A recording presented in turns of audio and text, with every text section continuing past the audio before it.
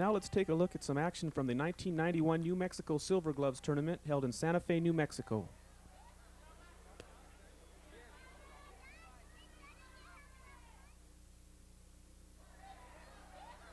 There you see the group representing the South San Jose Community Center.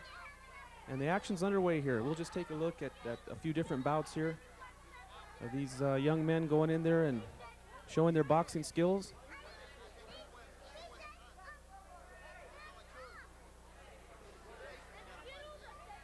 The young man there taking account from the referee. The action will continue.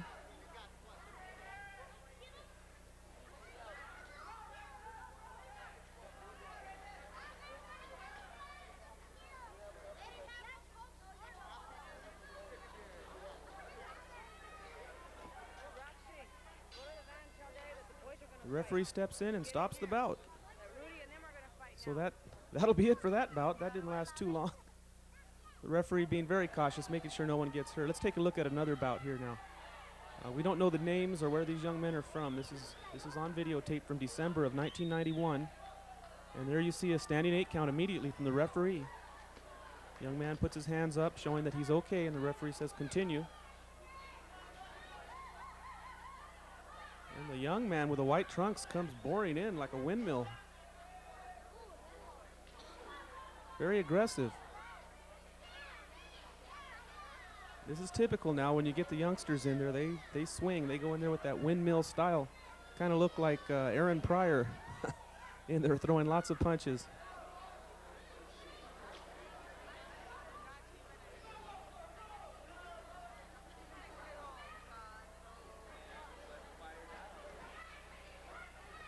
Oh, there's a good right hand.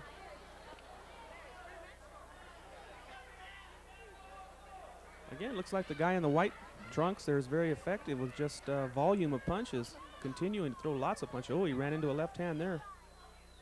And now the guy in the green in the black trunks is looking pretty good. Good action here, these two young kids. There's a good right hand. Crowd having a lot of fun here watching these youngsters go at it. It means so much to them to show their skills and what they've learned in the gyms. It's a real good program, boxing for young people, you know, keeps them out of trouble, gives them something to do. They've got to train. Very positive.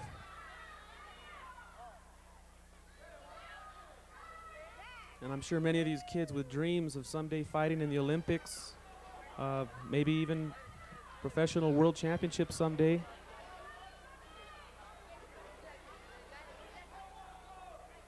But right now, the highlight of their life or their boxing career is the 1991 New Mexico Silver Gloves right here.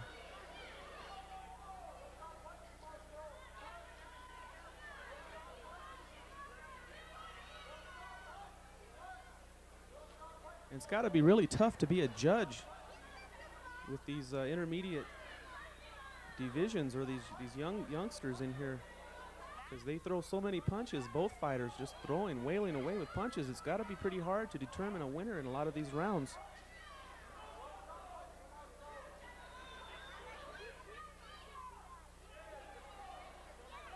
I'd like to thank everyone for joining us for another 8-count boxing hour. We're in for some fun today. I think you're going to have a lot of fun as later on we're going to bring you the main event. Arturo, the Ranger Molina, will take on Denver's Michael Teddy Bear Powell. This will be a welterweight bout taking place at the Greystone Castle up in Thornton, Colorado, a suburb of Denver. And this is going to be a good match. Both are good fighters.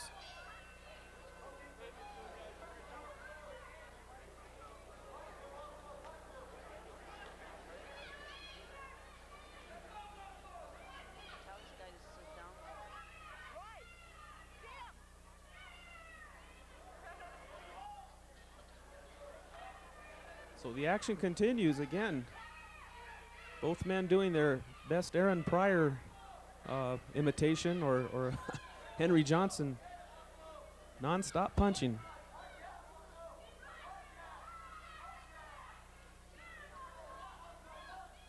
Oh, a big right hand right there. Hello.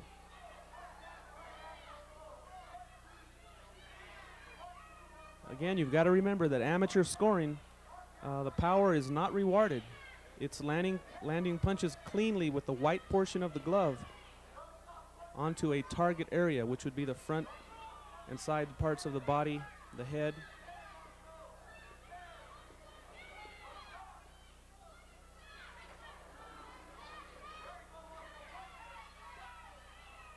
Of course, more and more now in the amateur ranks, they're turning to that computer system where the 5 judges all hit buttons colored, accordingly to the boxers, what corner the boxer is fighting out of.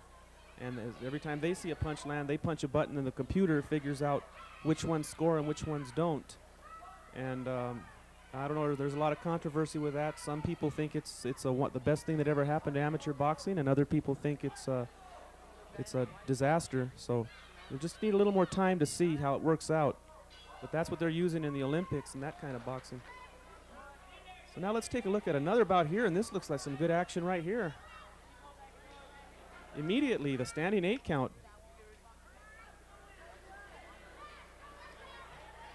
Young man in the blue looks very aggressive.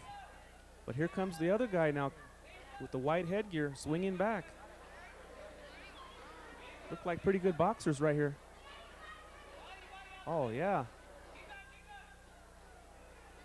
Better action than most professional fights. You didn't see Larry Holmes and Evander Holyfield doing this. I wish we would have.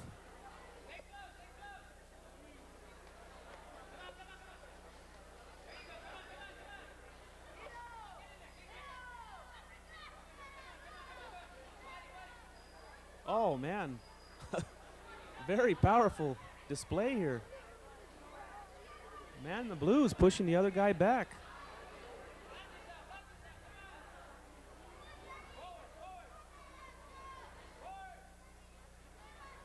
There's some good work, a little holding and hitting. I don't know, the referee warns the guy in the red.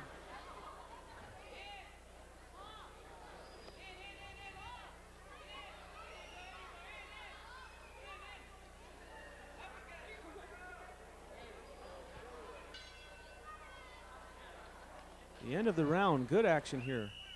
And there you see one of the young fighters getting ready to go in for his bout. He's telling us he's ready.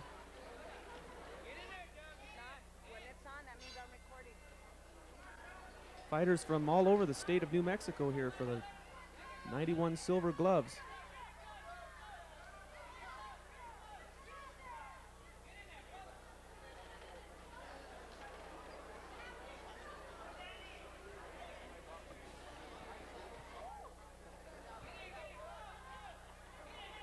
Again, good action now. Both men landing solid shots back and forth.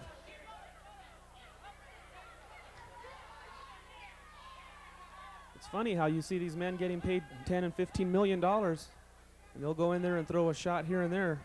These kids are fighting for nothing but pride, and they're wailing away with a barrage of punches.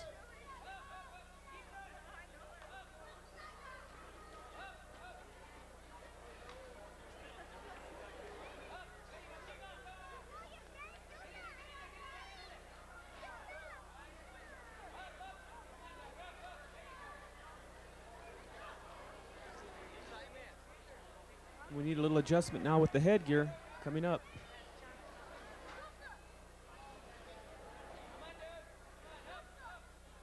I know a lot of professional trainers that don't really care for the headgear, for use of the headgear, and if they had their choice, they'd rather have their amateur fighters go without it.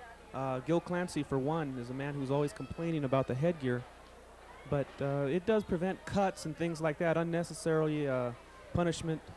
It's a good safety factor for amateurs, especially for the younger kids, you know, or those that are under 18, maybe they wouldn't have the option. Maybe optional for over 18 might be a good rule, but again, it's all for safety. Amateur boxing is very safety oriented. A lot of emphasis placed on the safety, the health of the two fighters.